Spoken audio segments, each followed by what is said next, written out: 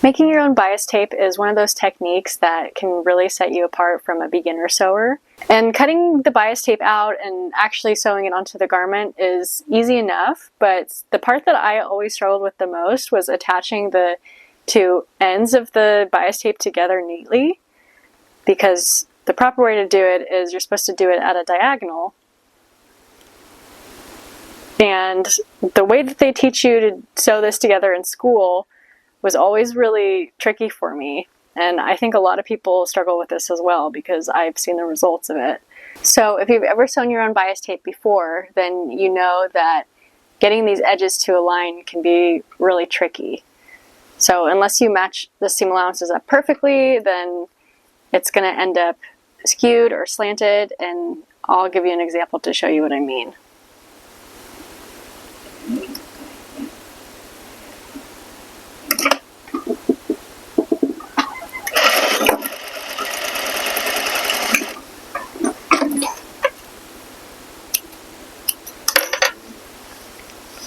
So you can see here that what happened is, because it was just slightly off on the seam allowance and on the placement, this piece ends up being a lot shorter than this piece, and then the opposite on this side.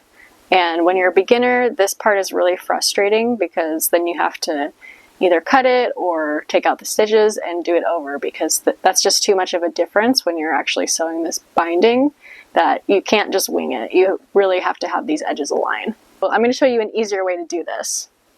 So I'm going to cut this off.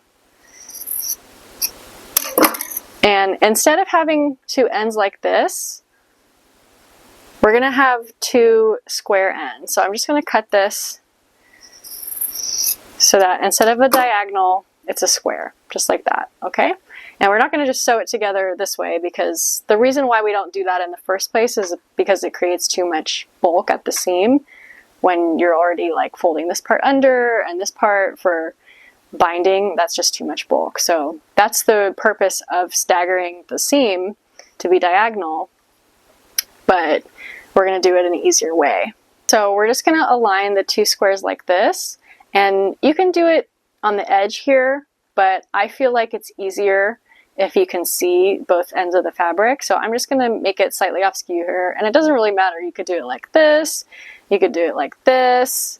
That's wasting a little bit of your fabric that you cut, but you get the idea. So I'm just going to make it slightly skewed. The important part is just that you have a 90-degree angle happening here. And you can even pin this in place to hold it together, if that helps you. And what you're going to do is you're just going to sew from this corner to this corner.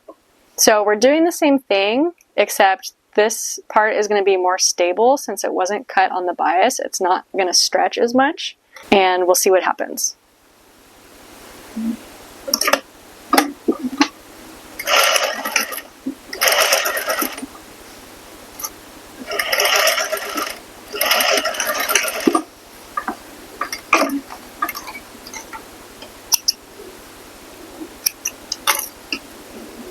So you can see that I've sewn from here to here, and the end result is that you have perfectly aligning edges.